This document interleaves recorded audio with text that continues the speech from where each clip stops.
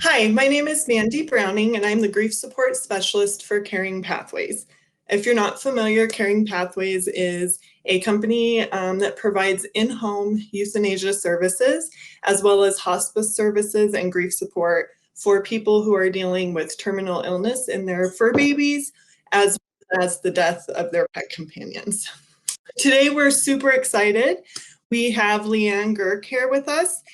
She is an LPC. She's been in the counseling field for over 10 years. She's certified in pet loss and grief companioning, and she's also the founder and owner of Morning to Light Pet Loss, providing individual family counseling for anyone grieving the loss of a pet.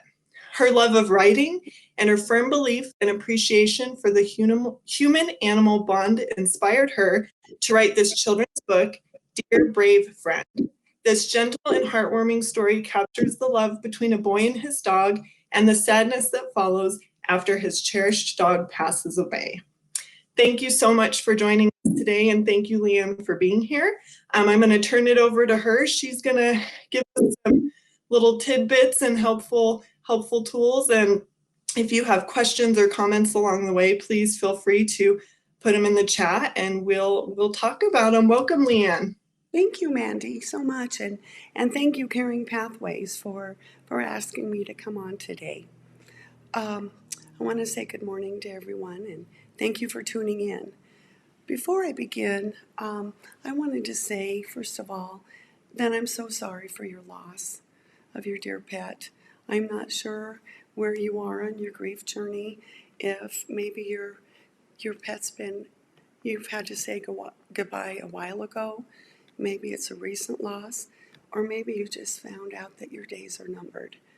Every one of these situations is really difficult, so I want you to know that I'm very sorry. And pet loss in children, gosh, that's a hard combination. Here we are, December 16th is supposed to be the most magical time of the year. And boy, just coming in to this holiday season has been very difficult for everyone, due to the pandemic. So here are our kiddos, coming into this time of year during a pandemic. So they're already hurting. They're not sure, they miss their friends. When are they going to go back to school?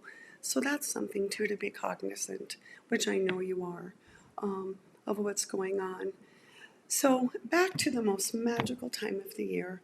When I think of children and pets and the holidays, oh my gosh, I just envision bright and happy things. I see the kids outside playing. They're building a snowman, and the family dog is stealing the scarf or stealing their mittens. They're playing and they're laughing. And I also see a warm, cozy house where maybe the dog has a Santa Claus hat on and he's laying in front of the fire. Maybe that silly little kitty is absolutely determined to get up the Christmas tree this year. That's what I envision. But instead, we're left with a group of words that should never be in the same sentence. Right now, you're dealing with children, pet loss, and the holidays. Wow, those shouldn't even go together. Those words don't fit right together, but it's a reality. And I know that group of words is very scary for a lot of parents and caretakers. What are they, as parents, we have this innate desire. We want to protect our kids. We want their days to be full of laughing and giggles and silliness and popsicles. What are we supposed to do with this? They're hurting. It's hard to protect them, and we all know as parents, one day, this magical world that we've tried to keep them in, this special bubble, one day, it's not going to be so magical. One day, we're going to have real life, gut-wrenching loss. And as parents, that's scary. How do we do this? So I'm wondering if a lot of you have questions about that. If you're wondering, how do I help my child now? It's supposed to be the most exciting time of the year, and they're sad. They're going to cry. you know? And how do I help them when I'm so devastated? Oh my gosh, I can't even keep myself together. How am I going to help my kids? So those are real fears for parents. And so I want you to know, first of all, it's going to be okay. Your kiddos are going to be okay. And so are you. Kids are resilient. They're not going to break and they're not fragile. And I'm here today to help guide you and support you and give you suggestions on how you can get through the holidays and pet loss and the kids. So, before we begin, I would like to first remind you that the suggestions that I give you, please keep in mind age appropriateness for your child. And remember, you as the parents know your child best. I can give you lots of solid advice, but you know what? Your child may be different. You know the very best what will work for him. So please keep that in mind as we talk about kids and pet loss in the holidays. One of the very first things, and excuse me, I will be taking sips of tea now and again. One of the,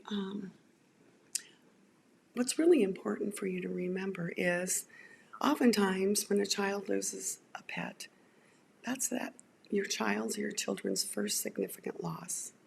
That's a big deal. Can you take a moment and think back about your first significant loss? Take a minute and think about that. You know, what helped you during that hard time? What wasn't helpful during that hard time? You know, you're in a situation now where your kids are going to be grieving. And it's really important you are role modeling how to do that. And that sounds like a scary role, but it really, if you're just honest and genuine, you're going to be just fine. If you're, for example, sitting at the kitchen table and you just want to cry, I miss Sparky, but I better not say it because I don't want to upset the kids. Say it. They need to know that you miss Sparky too. You know, if you, they just need to know that it's okay to talk about. It's okay if mommy and daddy cries. Because you know what? That's what people do when they're sad. You are modeling this. So that's really, really critical. And, you know, as much as we want to prevent this, realistically, when you think about it, your kids are going to experience death and loss with or without your help. You know, if we don't take this opportunity when they're young, what happens when they're young adults and they go out in the world and then they have a loss or a death? You know, what did they learn growing up that will help them be successful and know that they're going to be okay?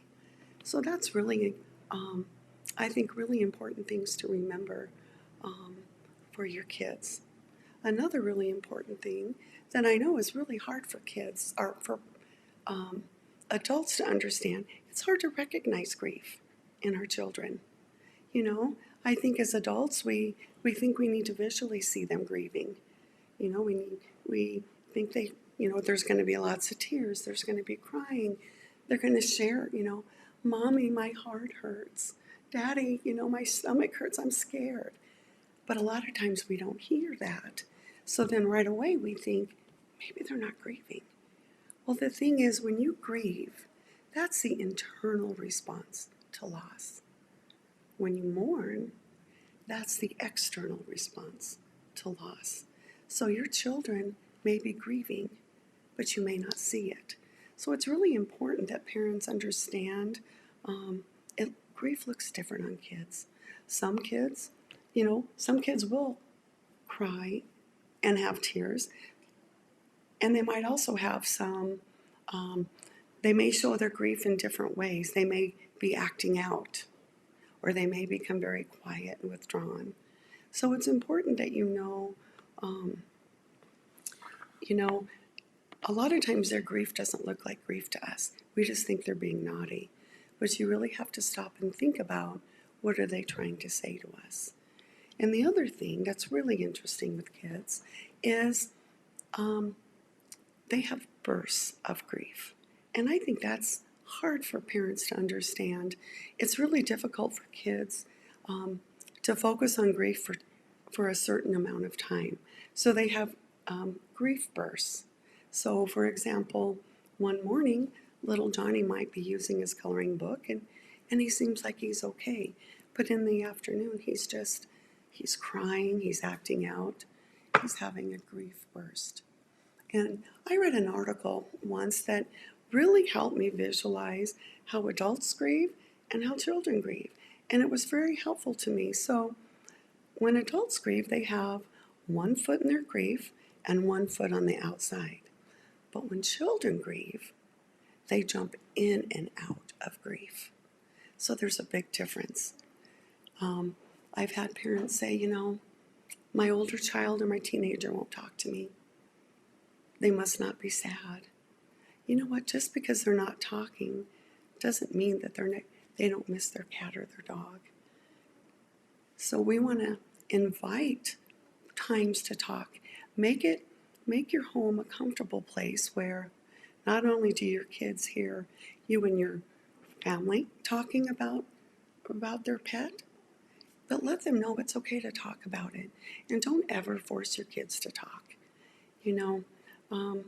That's not the right way to get their feelings out either.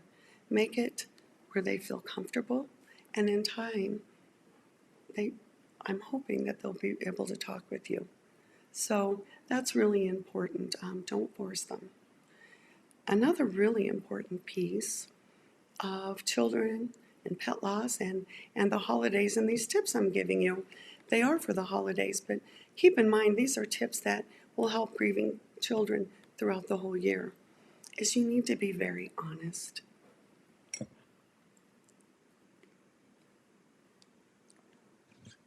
I think as parents, oftentimes we want to protect our kids, and so we don't want to tell them the truth. But you know what? Your kids trust you, and you do need to tell them the truth based on their age. So, for example, if Sparky was hit by a car, you can tell your child he was hit by a car, but you don't need to go into the gory details.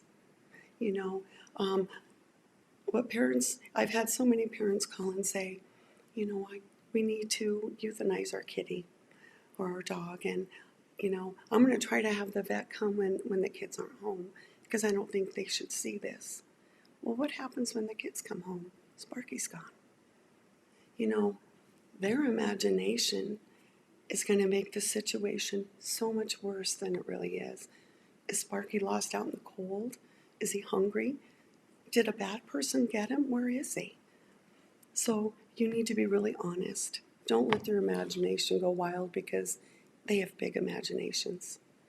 And if when it comes to euthanasia, again, you know your child best, but I always believe it's a really good idea to let your children have a choice. You can say something like, Sparky's not doing well, and explain what's going to happen, but be careful with your wording. You don't want to say, a doctor's going to come to our home and put Sparky to sleep. Number one, your child's going to be afraid of doctors. And number two, he's going to be afraid to go to sleep at night. So something you might say is, Sparky hasn't been feeling well. So a doctor who is just for animals is going to come to our home, or we'll take our pet to this doctor, and he's going to give Sparky a special shot. It's not a shot that we would ever get. It's just for animals, and it'll help Sparky not hurt anymore. He won't have his pain anymore. You want to explain it in a way that they will understand. And your kids are going to have questions. Answer them, even the really hard questions, because they want these answers. And you can either give them the answers, or they're going to make up their own answers, and that's difficult. One thing too to remember with grief and your kids, there's no rules. If they want to leave Sparky's bed out or his food, or they don't want to vacuum up the pet fur, that's okay. There's no rules. I've had so many people say, oh my gosh, I still have, Sparky's pebbles out after 6 months. That's okay. You do what brings your family comfort.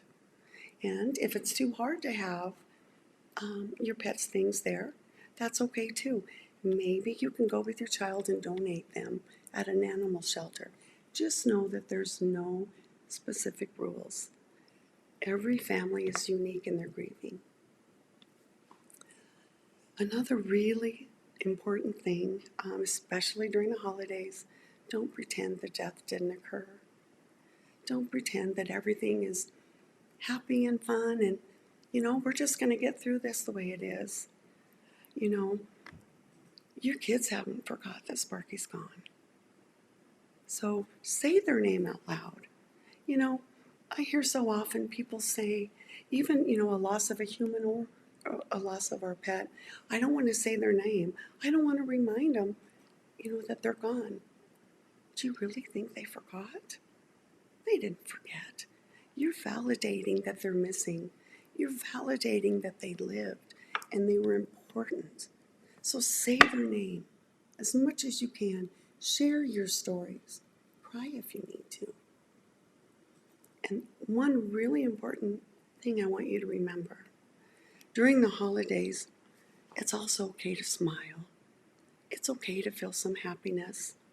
It's okay to have your heart warmed when your kids are opening gifts. Because you know what? You're remembering not, of course you're sad that Sparky's gone, but you're remembering the happy times. And that's really important. I like to share with people, we don't want to remember just the ending of a book. We want to remember the whole story. So maybe you can think about, oh my gosh, let's talk about where did we find Sparky? How does Sparky get his name? It's okay to smile because you're looking at the whole story and not just the end of the story. Something that I know is hard for parents, especially when their kids are hurting, is, oh my gosh, I feel like I need to compensate and buy a bunch of gifts. I feel like, I need to make this the most magical Christmas ever, and I'm going to have a ton of gifts. That's not what your kids need. The only gift they need is your presence. They need time with you, and they need to talk. So don't feel like you have to make up for this loss. And another really important thing is to allow this holiday to be different. I'm sure a lot of you are so overwhelmed. You're tired, you haven't been sleeping, and you're thinking of all the grocery shopping that needs to be done and the decorations that need to go up. And you're just like, I can't do this. It's too much. That's okay. It's important to remember that with traditions, even if you skip a year, that doesn't mean you're going to skip a year every year. This year's different. Maybe you can start a new holiday tradition for your pet in memory of them. And then you will do this every year. Maybe before you sit down for Christmas dinner, you want to light a candle and maybe share a favorite memory of Sparky. Start a new tradition.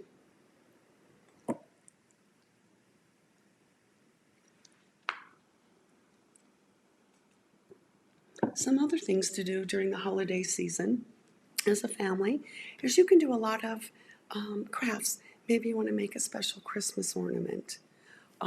Here's a wreath. It's very old. I need to freshen it up. But as you can see, maybe you want to make a Christmas wreath. You can put candy canes, you can put pictures of your pet. Do something special in honor of your pet.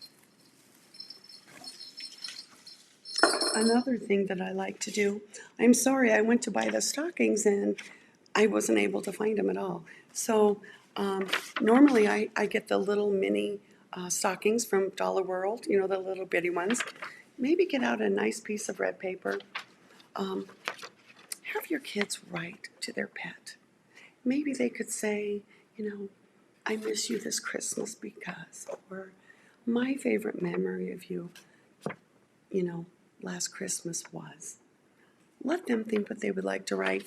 And then you can, roll it up in a nice little scroll, maybe put some twine on it to make it special, and then stick it in the stocking. And that's something that these kids can hold on to year after year. Another thing you could do is, you could buy an inexpensive box, maybe put some wrapping paper on it, put all of Sparky's treasures in there. You might want to put favorite pictures or his collar. You can make a special little memory box. You can put letters in it, and you can place that under the tree. Or maybe you want to get a small little Christmas tree, and it's a pet honoring tree. And have pictures of Sparky and different things. You could do a memory table. Kids love that, especially if you put on it some favorite treats that maybe your pet had. I had one family that had a huge plate full of bacon, had another family that had Cheetos. This is a memory table. And you can always donate. That feels really good during the holiday season. If there's something that you want to donate of Sparky's, that's fine. It's kind of hard to volunteer right now with the pandemic, but that's also another really great option is to volunteer. One thing I'd like to share with you, another good resource, this is Dear Brave Friend that Mandy introduced to you before. It's a wonderful resource. I published it last year, and since then it has won an International Book Award, which I'm very, very excited about. It's a great way for me to reach more families. But in the book, it's a letter from a dog to his boy. So it's very personable. The reader feels like their pet is talking to them, and it helps them understand their feelings. I use relatable examples from both home and school that they can maybe understand. They can pinpoint the feeling that they're feeling. Throughout the book, I have left an opportunity for great, great meaningful conversations. Things, of course, on pet loss, but things that can go a bit farther too. Maybe, bullying at school. It's a great book to have those conversations we were talking about. And in the back of the book, I've got places where they can write. I've got places where they can draw pictures. And I have places where they can put their own pictures in the book. I'm getting wrong here with this split screen. It's a really wonderful keepsake. If you'd like to purchase it, it is available on Amazon. Lastly, I would like to share with you, there's no set rules. Just love your kids. Allow them the time to share their needs, their memories. You're going to do great. It's scary, but you know what? This is really important, and you've got to trust yourself. One of my favorite sayings that I heard years ago was, our job as parents is to give our kids roots and wings. I love that. Envision your child as a tree, and it's slowly growing. And what we want to do is we want to build a strong foundation for them so their roots are growing. And loss and death is part of that root system.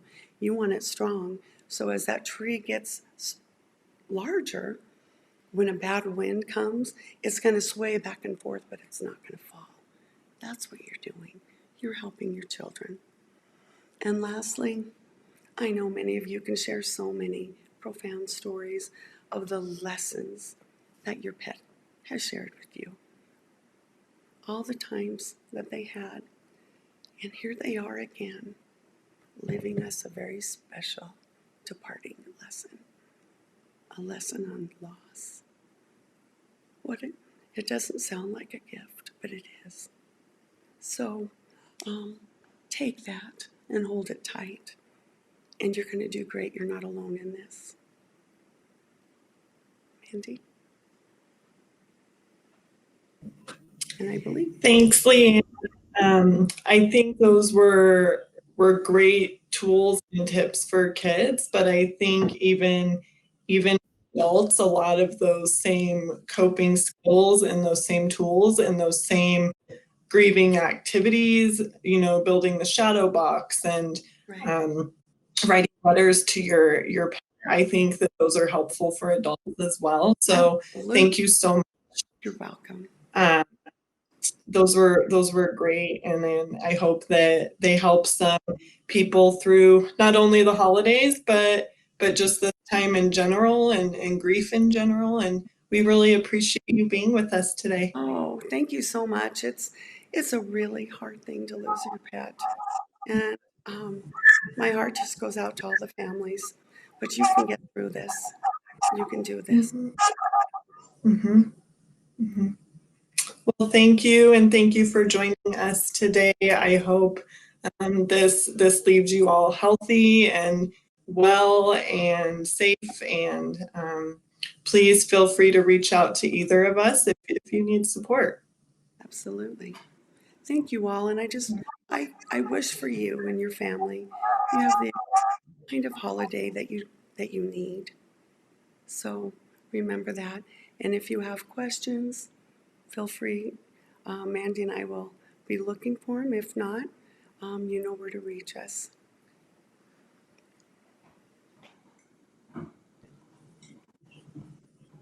All right, take care. Thank you. Bye bye. Merry Christmas.